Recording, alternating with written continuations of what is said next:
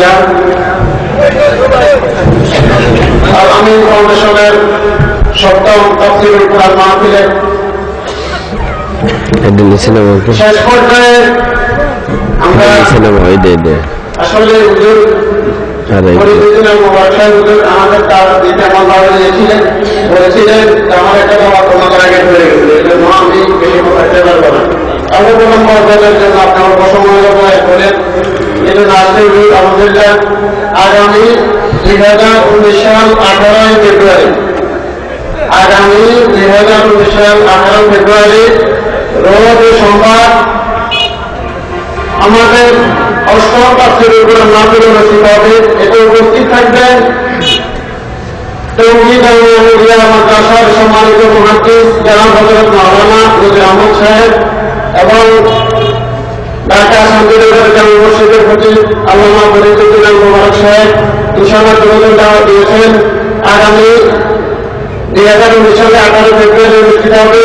তাই আমি অনুরোধ করব অত্র এলাকার সকল মাদ্রাসা মসজিদ ভিত্তিক যে মাহফিলগুলো হয় আমরা এই নির্দিষ্ট তারিখটা স্মরণ রাখবো। এই তারিখের ভিতরে যেহেতু যাতে করে কেউ এই টাইমটা না যে সময়টা আছে তারিখ চেঞ্জ করবো 19 সালের 18 ফেব্রুয়ারি মনে থাকবে তো ইনশাআল্লাহ। আর এই মাহফিল হোক কে দেখান কে দেখান ইনশাআল্লাহ। আমাদের জন্য এটা একটা গৌরব। মাওলানা খালেদ সাহেব অত্যন্ত কষ্ট করে এই মাহফিল প্রতিষ্ঠা করেছেন। আজকে কেন্দ্রের বড় হয়েছে, চতুর্দিকে প্রচার বেড়েছে, কিন্তু উনি নাই। আল্লাহ তাআলা ওনাকে জান্নাতের উচ্চ মুকাম দান করুন, সবাই বলেন আমিন। এবং এই মাহফিলের ছেলে করে স্বপ্নে দাঁড়িয়ে তার আমল আল্লাহ তাআলা পৌঁছে দিন, সবাই বলেন আমিন। এবং এমন পর্যন্ত যাতে করে আল্লাহ তাআলা মাহফিলটা কবুল করেন, সবাই বলেন আমিন। এখন আপনাদের সঙ্গে গুরুত্বপূর্ণ বয়ান পেশ করবেন ঢাকা অনুষ্ঠিত কেন্দ্রীয় জামে মসজিদের খতিব আল্লামা জনাব হযরত মাওলানা শহীদুল ইসলাম সাহেব রাদিয়াল্লাহু তাআলা আল্লামা জনাব হযরত মাওলানা শহীদুল ইসলাম সাহেব রাদিয়াল্লাহু তাআলা মহতারামকে অনাবল কাম পেশ করার জন্য আলামিন ফাউন্ডেশনের সকল সদস্য, সকল কর্মী এবং সকল বাচ্চাদের পক্ষ থেকে সবিনয় অনুরোধ জানাচ্ছি।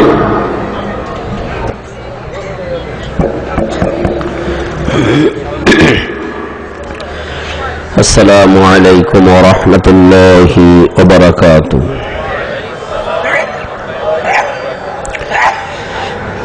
আলহামদুলিল্লাহ নাহমাদুহু ওয়া নাস্তাঈনুহু ওয়া নাস্তাগফিরুহু ওয়া নু'মিনু বিহি ওয়া নাতাওয়াক্কালু আলাইহি ওয়া নাউযু বিল্লাহি মিন শুরুরি আনফুসিনা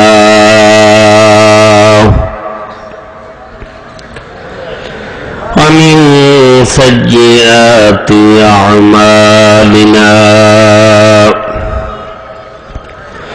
من يهده الله فلا مضل له ومن يضلله فلا هادي له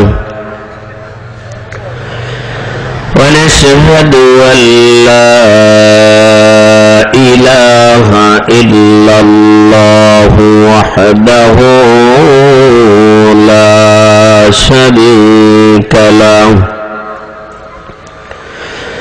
ونشهد أن سيدنا وسندنا وحبيبنا وطبيبنا ومحبوبنا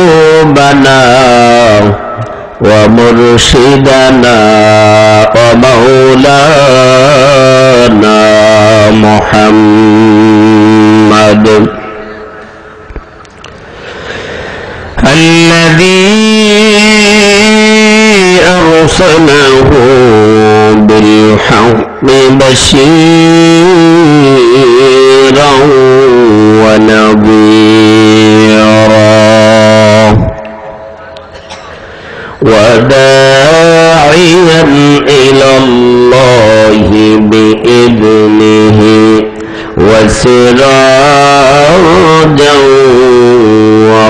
قمرا منيرا فقد قال الله تعالى في كلامه المجيد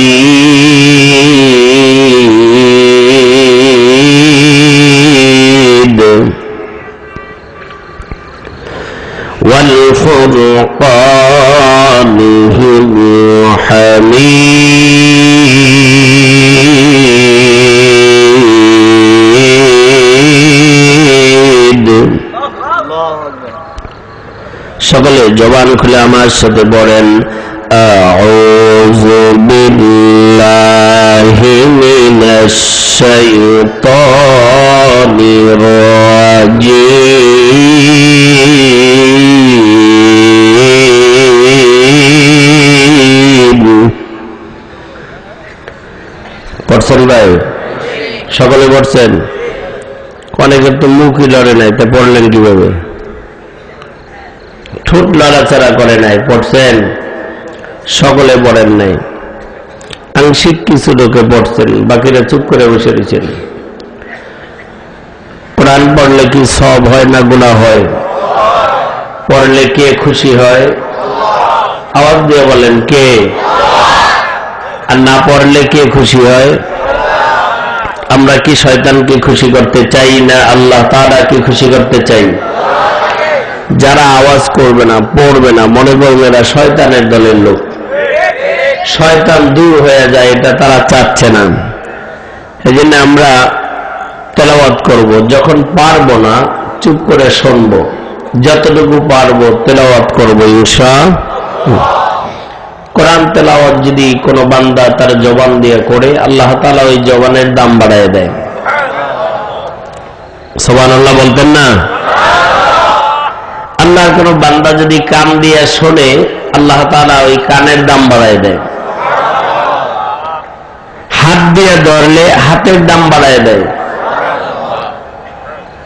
এই জন্য আল্লাহর কোন বান্দা যদি কোরআন তেলাওয়াত জানে, তার চেহারার দিক তাকাইলেও নেকি হয়। কোন সুবহানাল্লাহ। তেলাওয়াত জানে, তাই ওলামায়ে কেরামরা বলে না, কয় ওলামায়ে কেরামের দিকে তাকাইলে নেকি হয়, মাদ্রাসার ছাত্রদের দিক তাকাইলে গুনাহ জড়ে যায়, নেকি হয়। তার কারণ কি? কারণ সে কোরআন তেলাওয়াত জানে। সুবহানাল্লাহ। জবান দিয়ে তেলাওয়াত করলে জবানের দাম বাড়ে। এটার জন্য বাকি না, নগদ প্রমাণ। কোরআনের ভিতরে 114টা সূরা, কয়টা বলেন? আয়াতের সংখ্যা হলো 6666, শব্দ সংখ্যা হলো ৮৬,৪৩০, অক্ষরের সংখ্যা হলো ৩,২৩,৬৭১টা। কোন আল্লাহু আকবার। তার ভিতরে সর্বপ্রথম সূরার নাম হচ্ছে সূরাতুল ফাতিহা। জানা আছে আমাদের? সূরাতুল ফাতিহার অনেকগুলি নাম আছে, তার ভিতরে একটা নাম হচ্ছে উম্মুল কোরআন, সূরাতুশ শিফা, সূরাতুদ দোয়া। আছে না নাই বলেন? নবী সাল্লাল্লাহু আলাইহি সাল্লাম বলেছেন, আল্লাহর কোন বান্দা যদি জবান দিয়া এই সূরা তেলাওয়াত করে, আল্লাহ জবানের দাম বাড়ায়। ওই দামি জবান দিয়া পানিতে ফু দিলে পানির দাম বাড়ে, ওই পানি রোগীরে খাওয়াইলে রোগী ভালো হয়। আপনি যদি বলেন, আমাদের দেশের রাষ্ট্রপতি যদি বলেন যে 1 গ্লাস পানি নিয়ে আপনি 1 গ্লাস পানিতে ফু দেন, পানির দাম বাড়বো, রোগীরে খাওয়াইলে রোগী সুস্থ হইব। কারণ গোটা দেশের ভিতরে সবচেয়ে বড় রাষ্ট্রপতি, তার জবানের দাম নাই। সে পানিতে ফু দিলে কেন রোগী ভালো হবে না? রাষ্ট্রপতি হোক, গোটা বিশ্বের রাষ্ট্রপতি হোক, শর্ত জবান দিয়া মালিকের কালাম বের হইতে, ঠিক কিনা বলেন? কালাম বের হইতে। এই জন্য যেই জবান দিয়া মালিকের কালাম বের হয় না, যেই জবান দিয়া কোরআন তেলাওয়াত হয় না, গোটা পৃথিবীর নেতৃত্ব দিক না হলো, তার জবানের কোনো দাম নাই মালিকের কাছে। আর মালিকের কাছে ওই ব্যক্তির দাম হবে, আপনাদের এলাকার ভিতরে সবচাইতে নিম্ন ফ্যামিলির হোক, একেবারে নিঃস্ব গরিব হোক, পোশাক ভালো না থাকুক, জবান দিয়ে যদি মালিকের কালাম বের হয়, তার জবানের দাম আল্লাহ তাআলার কাছে বেশি। কোন সুবহানাল্লাহ। এই জন্য জবান দিয়ে কোরআন তেলাওয়াত করব। বড় আফসোসের বিষয়, তাফসীরুল কোরআন মাহফিল তো এবছর নিয়ে 7ম বছর হবে, 8ম বছরের ঘোষণাও হয়ে গেছে। হতে পারে আপনাদের হায়াতের জিন্দেগির এই 7ম, অর্থাৎ এবছরের মাহফিল হয়তো জীবনের শেষ তাফসীর মাহফিল হইতে পারে। এখানে আসার পর যেই ভাইয়ের, যে মাওলানা সাহেবের মৃত্যুর কথা আমরা শুনলাম,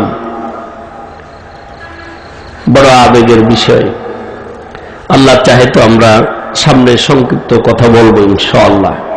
তো বলতে চাইছিলাম, এই জন্য জবান দিয়ে কোরআন তেলাওয়াত করতে হবে। তাফসীরুল কোরআন মাহফিল শুনবেন, কিন্তু মনে রাখবেন কোরআনের সাথে সম্পর্ক বাড়ানোর নিয়ত করে তারপরে শুনবেন। ঠিক কিনা বলেন? কোরআনের সাথে সম্পর্ক বাড়ান।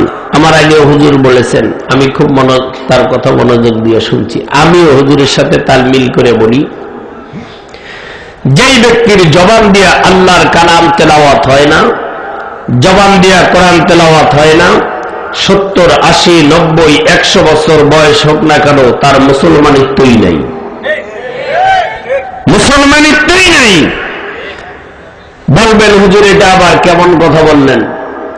আরে সারা জীবনে যদি বলেন 5 ওয়াক্ত না, 1 ওয়াক্ত না, 2 রাকাত নামাজ আদায় করবেন, আল্লাহর কোরআন ছাড়া নামাজ আদায় করা যায়?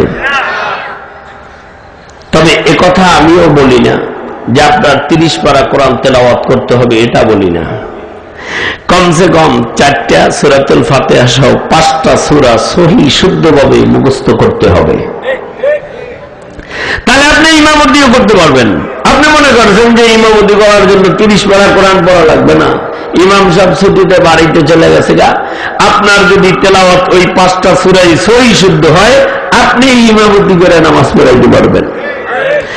আর যত সময় পর্যন্ত ইমামের জায়গায় দাঁড়াইয়া তেলাওয়াতকে ওই পরিমাণ সহি না হবে, আপনি নিজেও চিন্তা করে নিয়েন যে আপনার ওই পরিমাণ তেলাওয়াত সহি না হইলে আপনার নামাজও হচ্ছে না, সম্ভব আছে। কথা ঠিক বললাম কিনা? আমরা তো অনেকে হাল ছেড়ে দিছি গা, যা পারি আল্লাহ ওইটা দিই, আল্লাহ তো সিধা মানুষ বুঝে না, বলবে যে যা তোরে পার করে দিলাম গা, তাই নাকি বলেন? আল্লাহ নিজেও আইন ছাড়া চলে না। কারণ আল্লাহু আকবার। রাগ করতেছেন? আমি আপনাদের এই এলাকায় এই সাইডে 14 গ্রামে আরো এক জায়গায় আসছিলাম গত 2 বছর আগে, আমার মনে নেই, 2-3 বছর আগে, কিন্তু আপনাদের এখানে নতুন। আমি বয়ান চালু করতে হলে আমার কমসে কম 20 মিনিট সময় দেওয়া লাগবে, এরপরে ইনশাল্লাহ গাড়ি চালু হবে। রাজি আছেন? রাজি আছি তো ইনশাল্লাহ। এরপর যদি ভালো না লাগে চলে যাবেন না, যাই ঘুমাইবেন, কিন্তু কমসে কম 20 মিনিট সময় লাগবে, এরপরে ইনশাল্লাহ গাড়ি চালু দেবো। 1st gear, 2nd gear, 3rd গিয়ারে যাই ওয়াজ শেষ হয়ে যাবে ইনশাআল্লাহ। একটা বিষয়ের উপরই আলোচনা হবে। তো বলতে চাইছিলাম যে তাহলে যেই জবান দিয়ে তেলাওয়াত করে আল্লাহ তাআলা ওই জবানের দাম বাড়াই দেয়। সুবহানাল্লাহ। অনেক সময় দেখবেন মসজিদের ইমাম সাহেবের কাছে এসে বলে, হুজুর বাচ্চাটা রাত্রে কান্নাকাটি করে, এদিকে কম হয় কিনা? ঢাকায় খুব বেশি। আমরা যেখানে থাকি নামাজের পরে সিরিয়াল দিয়ে থাকে, আমাদের মসজিদের মুয়াজ্জিন সাহেব ফুট বেশি দেয়। আমার কাছে আসলে আমি বলি যে হুজুর ওই ফু দেওয়ার হুজুর আলাদা আছে, অনেক নামাজের পরে সিরিয়াল দেয়। হুজুরের ছুটিতে যাওয়ার পরে এখন তো আমার কাছে যায়, আমি বলি ফু দেওয়ার হুজুরের কাছে বাড়িতে অনেক আছে। অর্থাৎ এটাই বাস্তবতা যে জবান দিয়া কোরআন পড়া জানে তো ওই জবানের দাম বাড়ে, ওই দামি জবান দিয়া বাচ্চারে ফু দিলে অথবা সুতায় ফু দিলে সুতার দাম বাড়ে, ওই সুতো বাচ্চার গলায় বেঁধে দিলে রাত্রের কান্না বন্ধ হয়। সুবহানাল্লাহ। আপনি যদি ওই যে ট্রাম যিনি আছে ওরে যদি যায় বলেন যে তুই সুতায় ফু দে, বাচ্চার কান্না বন্ধ হইব? কান্না বন্ধ হইব? তা হবে না।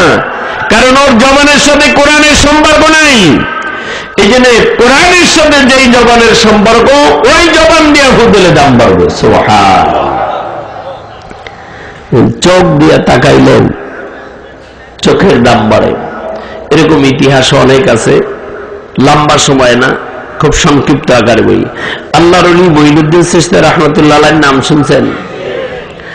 উনি যখন মদিনার থেকে ভারতবর্ষে আসছেন, আইসা একটা গাছের নিচে বৈশা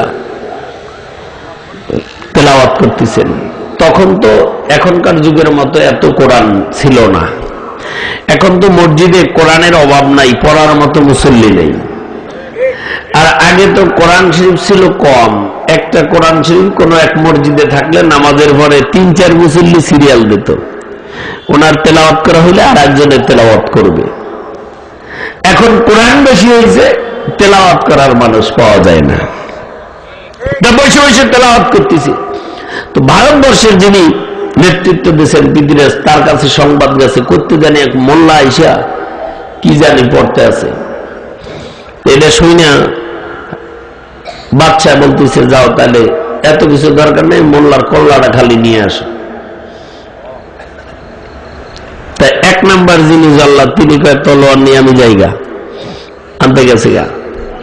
আল্লাহর ওলি বসে বসে তো কোরআন তেলাওয়াত করতেছে, সূরা ইয়াসিন পড়তেছে। বিসমিল্লাহির রহমানির রহিম।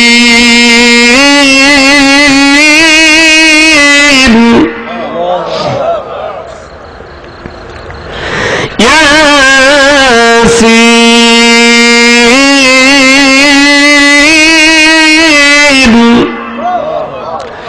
ওয়াল কুরআনিল হাকীম।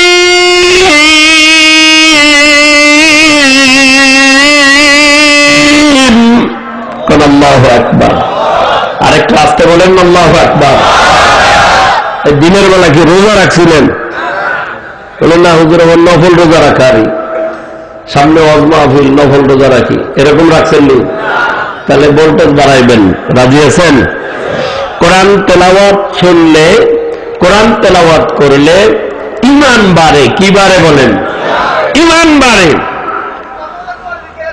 সূরা আনফালের ভিতরে আল্লাহ সুবহানাহু ওয়া তাআলা বলেছেন ঈমান বাড়ে, ওয়াইদা তুলিয়াত আলাইহিম আয়াতুহু যাদাতহুম ঈমানা। আল্লাহু আকবার। ঈমান বাড়ে। তবে মনে রাখবেন, যারা মুমিন তাদের ঈমান সত্যিই বাড়ে, যারা কাফের তাদের ঈমান বাড়ে, যারা মুনাফিক তাদের ঈমান বাড়ে না, তাদের ঈমান বাড়ে না। অতএব এই জন্য কোরআনের আলোচনা শোনার পরেও মুনাফিকরা মজলিস থেকে উঠে যায়, কোরআনের বিরুদ্ধে কথা বলে। কোরআনের আলোচনা শোনার কারণে তাদের বিপক্ষে গেলেই বলে হুজুর ভালো না। কি ভালো না? হুজুর ভালো না। হুজুরের রাজনীতি করে, এই হুজুরের দাওয়াত দিছিস কেন? সে যে মুনাফিক, তাই তো তার ঈমান বাড়ে না। কথা বলেন ঠিক কিনা? এখানে আমরা যারা বসছি, এই কোরআনের ভিতরে আল্লাহ তাআলা যা বলেছেন তার থেকে বয়ান করলে এখানে অবশ্যই তার রুগী আছে। আছে না নাই বলেন? আছে। কিয়ামত পর্যন্ত থাকবেন। এখন বলে হুজুর ভালো না। আরে বোকা, হুজুরের দোষ কেন? এখানে বসে কথা বলছে, আওয়াজ হচ্ছে মাইকে। এখন যদি কেউ বলে লাঠি নিয়ে যায় মাইক বাইরে ভেঙে ফেলাম, তুই আওয়াজ দোষ কেন? এটা বোকা না বলেন?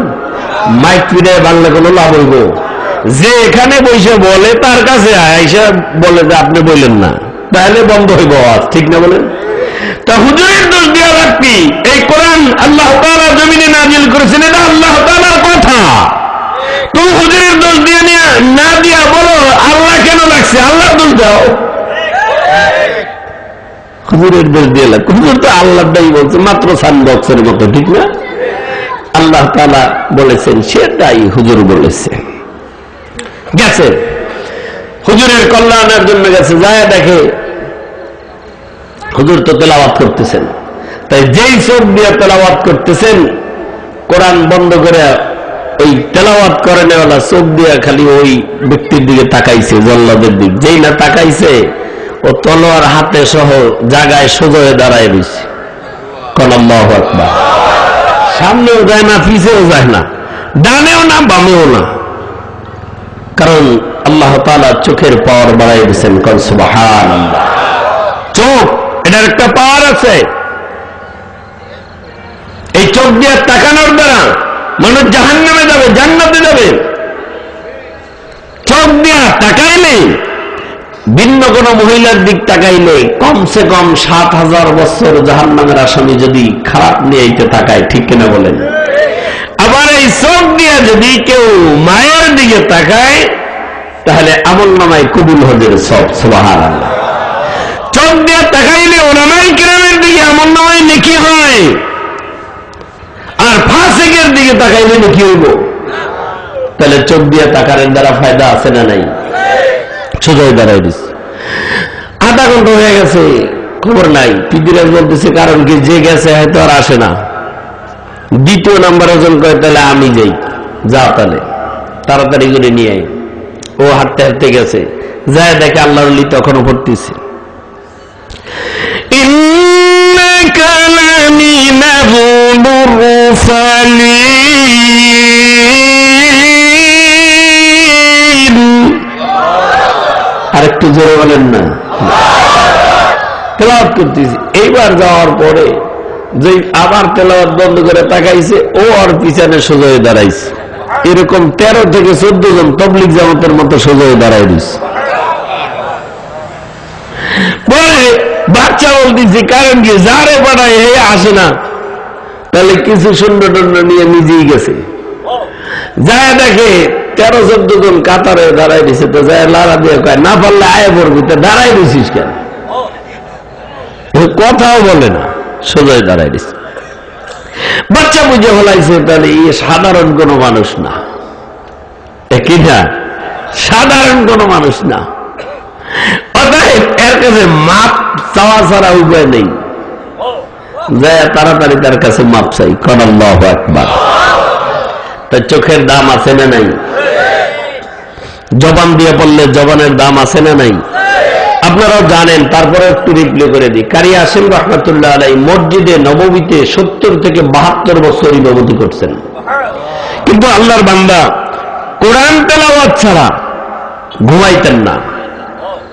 আমরা তো রাত্রে কোরআন তেলাওয়াত তো ভালো, মহিলারা বিশেষ করে স্টার জলসা জি বাংলা না দেখলে ঘুম আসে না।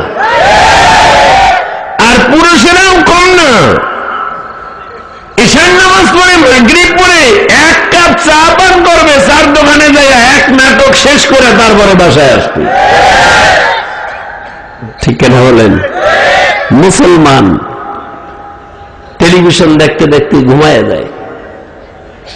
দৈনিক 2 থেকে 2.5 ঘন্টা মহিলারা টেলিভিশন দেখে প্রতিদিন। সন্ধ্যার পরে, মাগরিবের পরে, মাগরিব থেকে শুরু করে ঘুমের আগ পর্যন্ত টেলিভিশন দেখে। কোরআন তেলাওয়াত আর করবো কোথায়? দৈনিক 2.5 ঘন্টা 2 ঘন্টা টেলিভিশন দেখতেছে, মাসে হয় কমসে কম 60 ঘন্টা।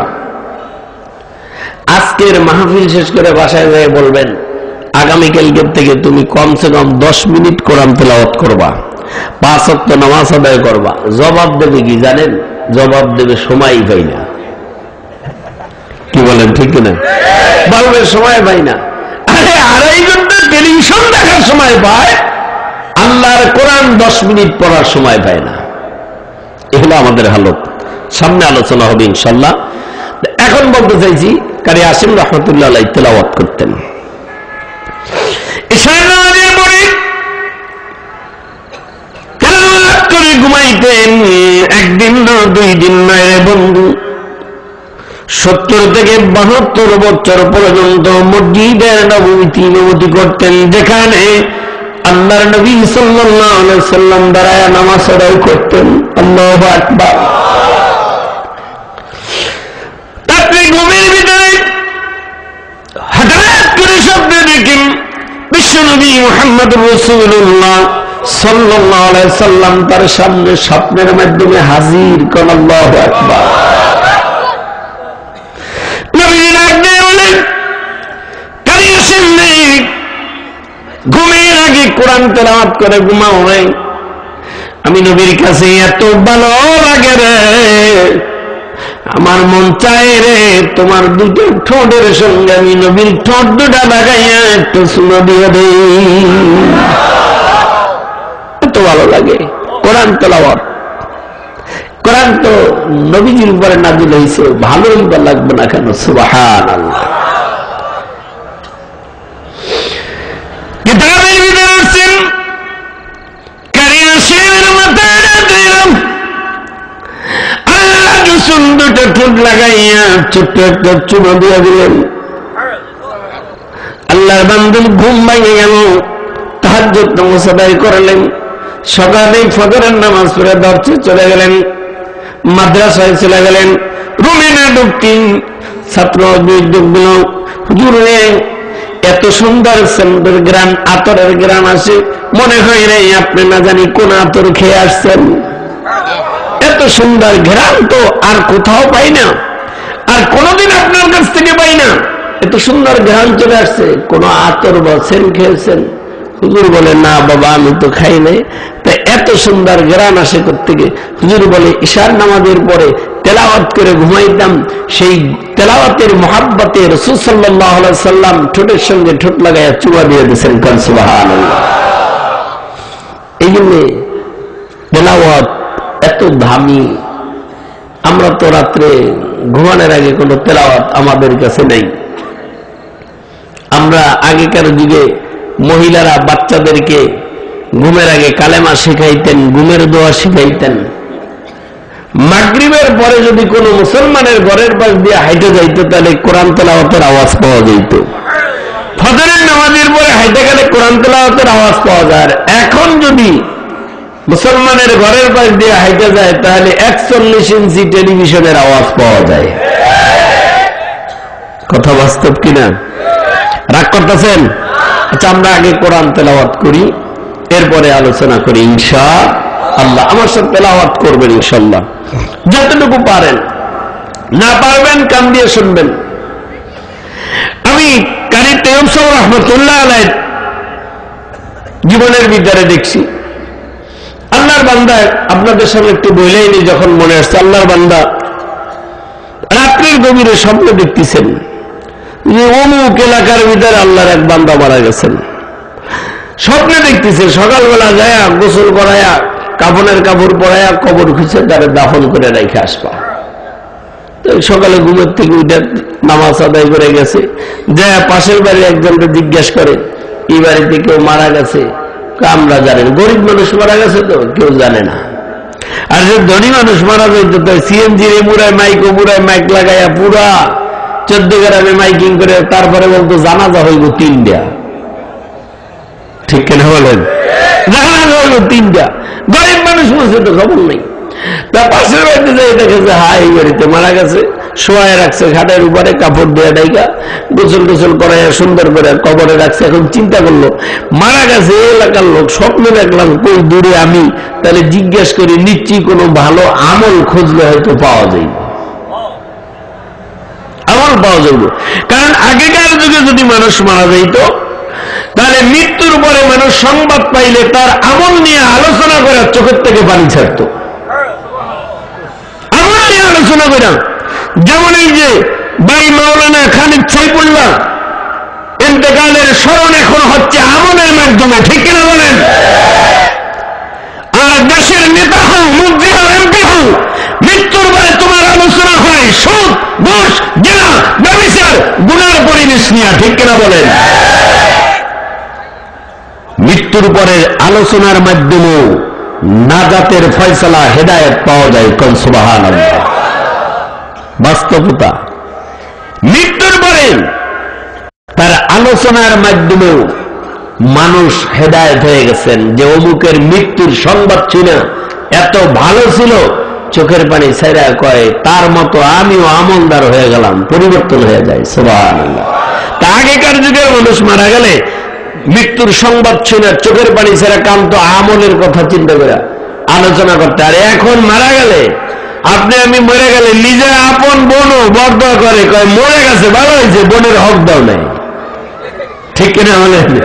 কবরে যা বুঝলে আনে খবর কি হক মেরে খাইছো। দোকানদারা বদ্ধ করে কয় অনেক আগের টাকা পাবো, নেয় নাই, মরে গেছে, ভালো হয়েছে, খুব জ্বালান জ্বালাইছে, নাকি বলেন? রাস্তার বাম চুরি করে খাইছে, এটা করছো এটা করছো, বিভিন্ন সমালোচনা করে মরে গেলে। আর আগেকার যুগের মানুষ যদি মারা যাইত তাহলে তার মৃত্যুর পরে মানুষে তার আমল নিয়ে আলোচনা করে চোখের পানি ফেলায় কান্ত। সুবহানাল্লাহ। আমার ভাই দুনিয়ার থেকে বিদায় হয়ে গেছে, তার উদ্যোগে এত বড় আয়োজন হইতো। আল্লাহ তাআলা তাকে জান্নাত দান করুক। সুবহানাল্লাহ। সকলে বলেন আমিন। আল্লাহ তাকে জান্নাতের উচ্চ মাকাম দান করুক। সকলে বলেন আমিন। এই জন্য মনে রাখবেন বন্ধুরা আমার, মৃত্যুটা তো হবেই, মৃত্যুর পরের আলোচনাটা যেন আপনার আমার ভালো হয়। ইবনুল মুবারক রাহমাতুল্লাহি আলাইহি আল্লাহর বড় বান্দা, বড় ধনী মানুষ ছিল। ইমামে আযম আবু হানিফা রাহমাতুল্লাহি আলাইহি বড় ধনী ছিলেন। আব্দুল কাদের জিলানী রাহমাতুল্লাহি আলাইহি বড় ধনী ছিলেন। মুজাদ্দিদ আল ফিসানি রাহমাতুল্লাহি আলাইহি বড় ধনী ছিলেন। ইবনুল মুবারক ধনী ছিলেন, পাশেই তার বাড়ির কিনারায় কিছু গরিব ফ্যামিলি ছিল, যারা রাত্রের গভীরে টিনের জানলার ফাঁক দিয়া আকাশের চাঁদ দেখতেন রে বন্ধু। মা তার বাচ্চাকে আকাশের চাঁদ দেখাইতেন। তো কিছুদিন পরে বাচ্চা রাত্রের গভীরে চাঁদ দেখতে গিয়া মাকে প্রশ্ন করে, মা, পাশের বাড়ির বিল্ডিং এর বাড়ির মালিক মনে হয় ছাদের উপরে একটা সাদা মিনার বানাইছিলেন, মসজিদের গম্বুজের মতো পিলারের মতো একটা পিলার বানাইছিলেন, মনে হয় মালিক সেটা ভাঙিয়ে ফেলাইছে, কারণ কি? মা ডাক দেয়া বলে, বাবারে না না, বাড়ির মালিক সেটা মিনার বানায় নাই, গম্বুজ বানায় নাই রে, তাহলে সেটা কোথায় চলে গেছে? মা তার বাচ্চারে বুঝাইতেছেন, বুঝ দিতেছেন, ওটা মিনার ছিল না, ইবনুল মুবারকের বিল্ডিং এর ছাদের উপরে সারা নামাজের পরে উঠা লম্বা জুব্বা পরে পাগড়ি মাথায় দিয়া সারা রাত্র তাহাজ্জুদ নামাজে কোরআন তেলাওয়াত করত। ওইটা দেখা তুমি ভাবছিলা মনে হয় বাড়ির মালিক গম্বুজ বানাইছে, ওটা গম্বুজ না রে, ওটা আল্লাহর বান্দা দাঁড়াইয়া কোরআন তেলাওয়াত করত। তাদের মৃত্যুর পরে আলোচনা করে আমল নিয়া বেচারা ডাক দিয়ে বলে, কেউ আসেনি এই ঘরের ভিতরে? ছোট্ট একটা মেয়ে বের হয়ে আসলো, এসে বলে, হ্যাঁ হুজুর, যিনি মারা গেছেন তিনি আমার আব্বা। কি করতেন তোমার আব্বা? আমার আব্বা দিন মজুরি কোনো কাজ করতেন, গরিব মানুষ, সারাদিন কাজ করে যা নিয়ে আসতেন এগুলি খেয়ে রাত্রে আমরা ঘুমায়া থাকতাম। তোমার আব্বা এমন কি আমল করত? আমলগুলি আমার শোনাও। মেয়েটা বলে, হুজুর, আমার আব্বা তেমন কোন আমল করতেন না, কিন্তু আমার বাবা দৈনিক 5 ওয়াক্ত নামাজ মসজিদে জামাতের সাথে আদায় করতেন। আল্লাহু আকবার। রাত্রে কোনো আমল করতেননি। মেয়েটাই বলে, হুজুর, ওই যে তাকের উপরে একটা বই দেখা যায়, ওই বইটা নিয়ে আমার বাবা রাত্রে বসে থাকতেন। হুজুর বলেন, দেখি রে, কিসের সেই বইটা? বের করে দেখে এটা দুনিয়ার কোন বই না, এটা মালিকের কোরআন। সুবহানাল্লাহ। কোরআনটা হুজুর খুললেন, খোলার পর তাকিয়ে দেখেন 15টা লাইন, প্রত্যেকটা লাইনের নিচে কালো একটা রশির মতো দাগ পড়ে গেছে। হুজুর ডাক দেয়া বলে, মা, আল্লাহর কোরআনের প্রত্যেকটা লাইনের নিচে কালো রশির দাগ কেন? অমনি মেয়েটা চোখের পানি ছেড়ে দিছেন। চোখের পানি ছেড়ে দিয়ে কান্না আর বলে, হুজুর, আমার বাবা কোরআন তেলাওয়াত করতে জানতো না,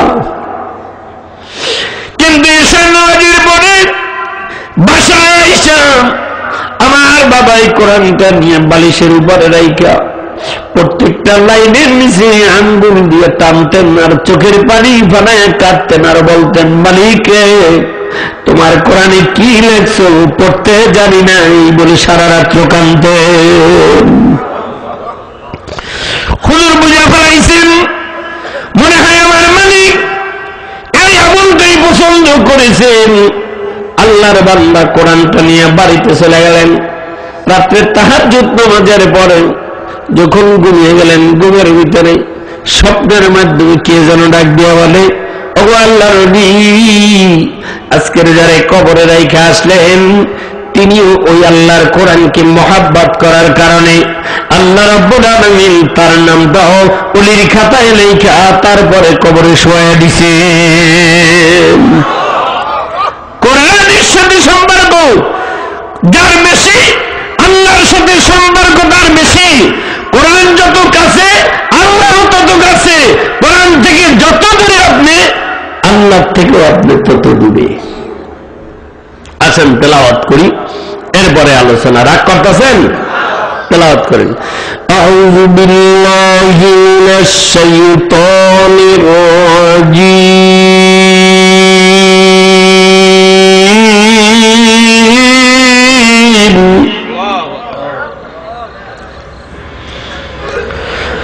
বিসমিল্লাহির রাহমানির রহিম।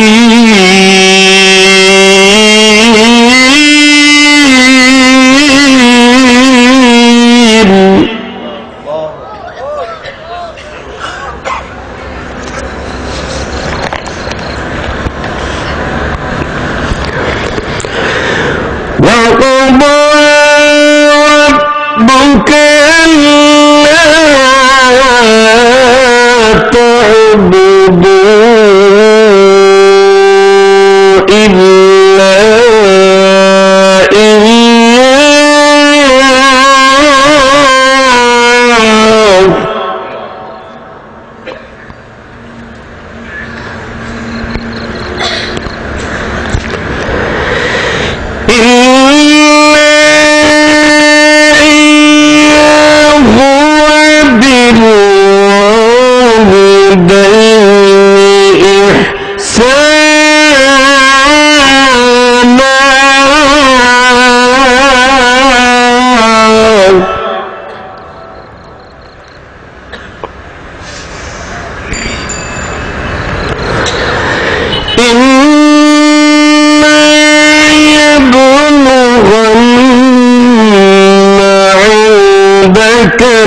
الكبر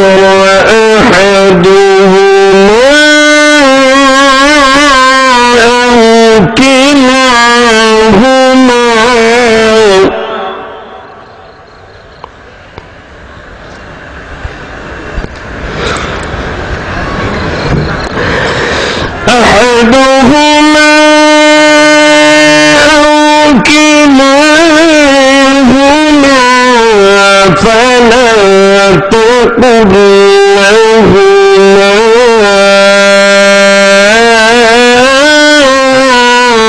أف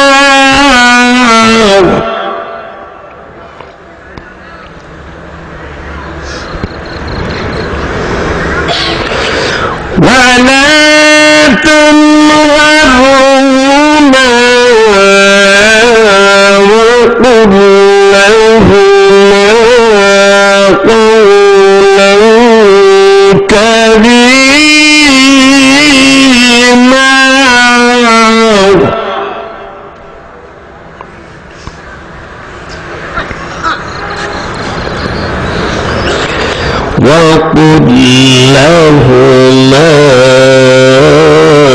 قولا كريما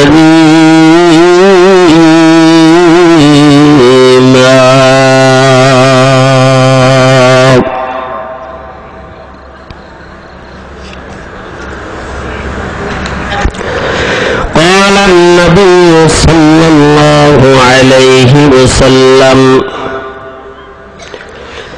قال النبي صلى الله عليه وسلم ذاق طعم الإيمان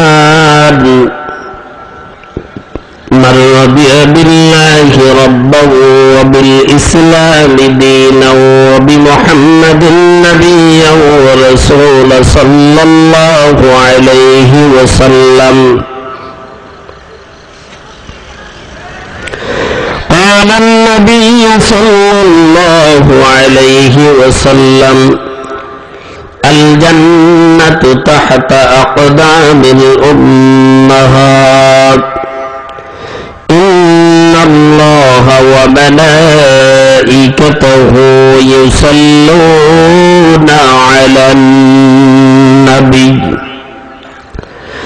يا أيها الذين آمنوا صلوا عليه وسلموا تسليما شغل درود إبراهيم بولن اللهم صل على محمد وعلى آل محمد كما صليت على إبراهيم وعلى آل إبراهيم إنك حميد مجيد جبان كل شغل اللهم بارك على محمد وعلى آل محمد كما باركت على إبراهيم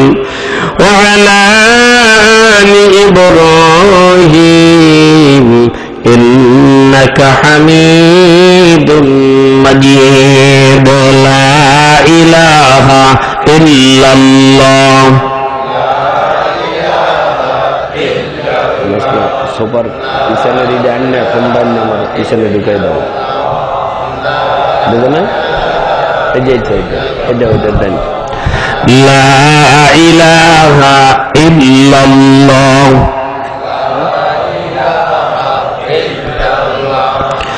লা ইলাহা ইল্লাল্লাহ মুখের দাগে বিচলিত তুমি দেখো আয়না বারে বার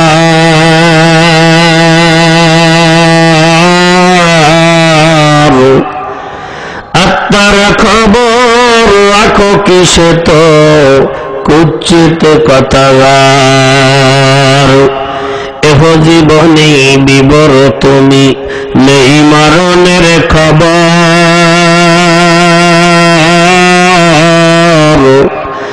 নামেতে ভাই মুসলিম তুমি কাজে ইবলিসের দোসর মিনারে মিনারে তাকবীরের ধ্বনি যাই শোনা যায় আজ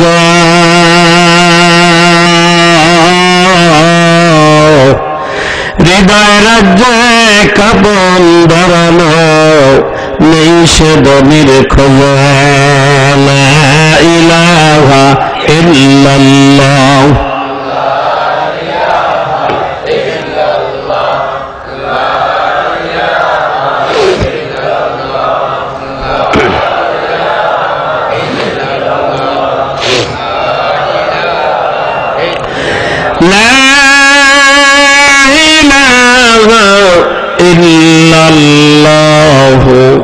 মুহাম্মাদুর রাসূলুল্লাহ সাল্লাল্লাহু আলাইহি ওয়াসাল্লাম। ফকির বাজার আল আমিন ফাউন্ডেশনের উদ্যোগে সপ্তম তাফসীরুল কোরআন মাহফিলের মহতারাম সভাপতি হযরত উলামায়ে কেরাম, বিভিন্ন এলাকার থেকে আসা মুসল্লি ভাইরা আমার, আল্লাহ সুবহানাহু ওয়া তাআলার দরবারে শুকরিয়া, যিনি বিভিন্ন ফিতনা ফাসাদ থেকে ফারেক করে, বিভিন্ন গুনার পরিবেশ থেকে ফারেক করে, বিভিন্ন মুসিবত থেকে ফারেক করে বিছানাকে হারাম করে আল্লাহ আল্লাহ রসুলের মহাব্বতে হায়াতের জিন্দেগির ছোট্ট একটা টুকরা সময় আল্লাহ তাআলা অত্যন্ত দয়া করে মায়া করে, কারণ আপনার আমার মতো কত মানুষ জেলখানায় পড়ে রয়েছে, ঠিক কিনা বলেন? আপনার আমার মতো কত মানুষ হাসপাতালে শুয়ে রয়েছেন। আপনি আমি কত সুন্দর আরামে বসেছি প্যান্ডেলের নিচে কোরআন এবং হাদিসের আলোচনা শোনার জন্য। কত মানুষ পোশাক ছাড়া এখন রেল স্টেশনে ঘুরতেছেন। আল্লাহ সুবহানাহু ওয়া তাআলা আপনাকে আমাকে দয়া করে হায়াতের জিন্দেগির ছোট্ট একটা টুকরা সময় কোরআন এবং হাদিসের মজলিসে আসার এবং বসার তৌফিক করে দিয়েছেন। কে বলেন? একটু আওয়াজ দিয়ে বলেন কে? আল্লাহর নাম নিতে ভয় পান আপনারা? আমি তো জানি সপ্তম তাফসীরুল কোরআন মাহফিল কুমিল্লার এই ঐতিহ্যবাহী ফকির বাজার আল আমিন ফাউন্ডেশনের উদ্যোগে এখানের মানুষ তো চৌকুশ হয়ে গেছে। এদের তো ভোল্টেজ এখন বাইরে যাওয়ার কথা।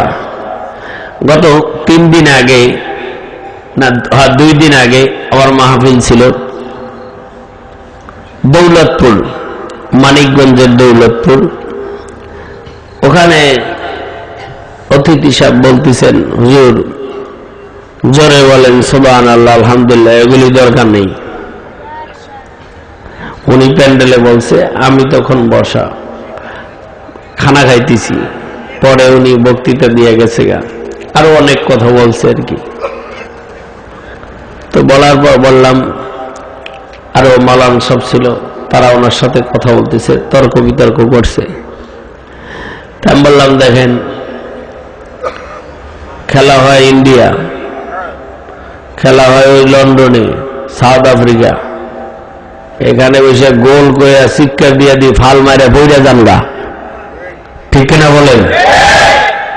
ওই জায়গায় তো আওয়াজ খুব বেশি দেখান। নির্বাচন আইলে তো গলা ফাড়াই আলান, চা মনে হয় যেন তখন আর ডেকে দিলে কাজ হয় না। টিউবওয়েল শুদ্ধ গরম করে যদি চা খাওয়ান যাইতো তাহলে জনগণ খুশি হইত। ফাড়ায় ফেলান, আল্লাহর নাম নিব, এই জায়গায় আপনার অসুবিধা কোথায়? ঠিক কিনা বলেন? সুবহানাল্লাহ আলহামদুলিল্লাহ, ওয়াজ মাহফিলে আল্লাহু আকবার, এগুলি তো প্রসিদ্ধ শব্দ। সুবহানাল্লাহ, সুবহানাল্লাহ, এটা হলো জান্নাতের ভিতরে যখন মানুষ ঢুকবে, জান্নাতের ভিতরে ঢুকার পর সর্বপ্রথম যে শব্দ ব্যবহার করবে সেটার নাম হইল সুবহানাল্লাহ। একটু জোরে বলবেন না? দ্বিতীয় শব্দ ব্যবহার করবে আলহামদুলিল্লাহ। বানানো কথা বললাম, কোরআন শরীফ থেকে কথা বলছি, আয়াত বলে দেব। প্রথম শব্দের নাম কি বলেন? সুবহানাল্লাহ। প্রথম শব্দ কোন দিন হয়েছে জানেন? এই শব্দটা আল্লাহ তাআলা যেদিন আসমান এবং জমিন বানাইছেন, এত ফাঁকা ছিল না, আসমান এবং জমিন এরকম কাছাকাছি ছিল। তো ফেরেশতা, হাদিস শরীফে ঘটনা আসছে, ফেরেশতাদেরকে বলছে আসমানটা উপরের দিকে উঠাও। আপনারা কি বলেন? উপরে উঠান কে? কেউ বলে আলগি দাও, কেউ বলে জাগাও, কেউ বলে উঁচা করো, ঠিক না? উপরে উঠাও। ফেরেশতারা বলে, আল্লাহ এত বড় আসমান আমাদের পক্ষে উঠানো সম্ভব না। আল্লাহ বলে, তাহলে সহজ পদ্ধতি শিখাই দিই। কয় দেন? আসমান বাদের খালি সুবহানাল্লাহ বলবা, আসমান উপরে উঠে যাইব। এখনো কীর্তনটা করবেন, সুবহানাল্লাহ বলবেন। যাই না আসমান দৌড়ে সুবহানাল্লাহ বলছে, ওই যে আসমান যেখানে দেখেন ওখানে চলে গেছে। এখন ফেরেশতারা চিন্তা করলো, তাই সুবহানাল্লাহ এত বাবা, দিন রাত 24 ঘন্টা খালি সুবহানাল্লাহ বলে। সুবহানাল্লাহ,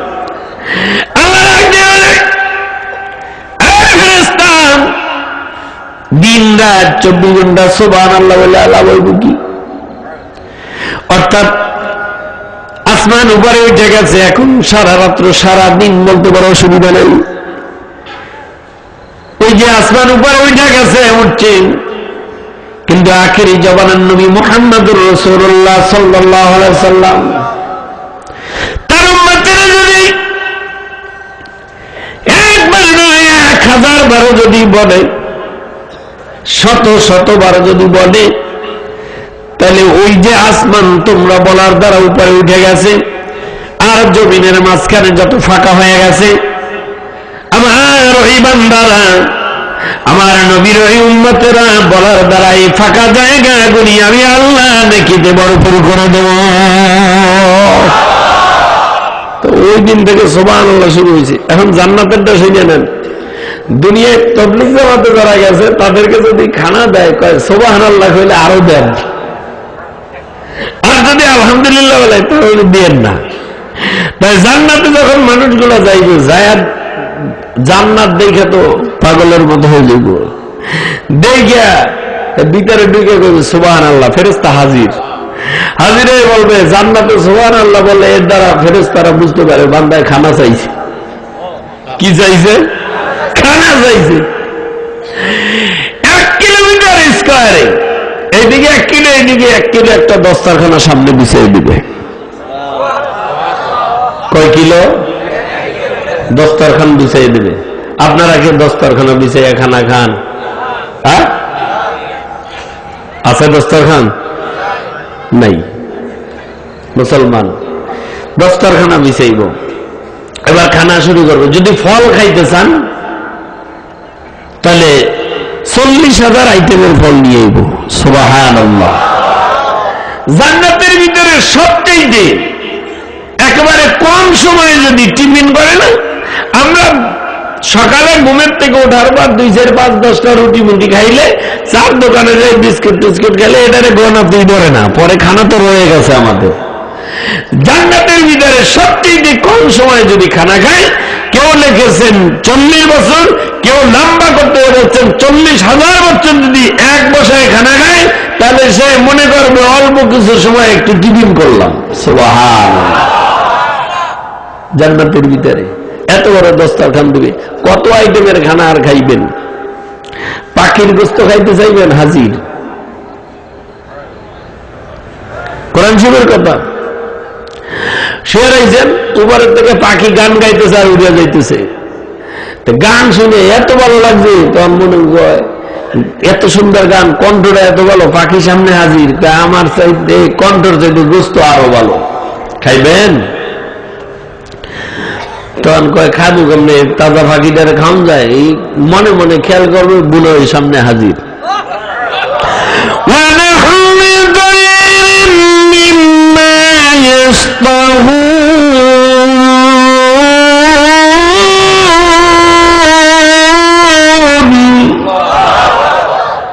আরে কত সুন্দর পাখির গোস্ত জান্নাতের ভিতরে খাইতে দেবেন।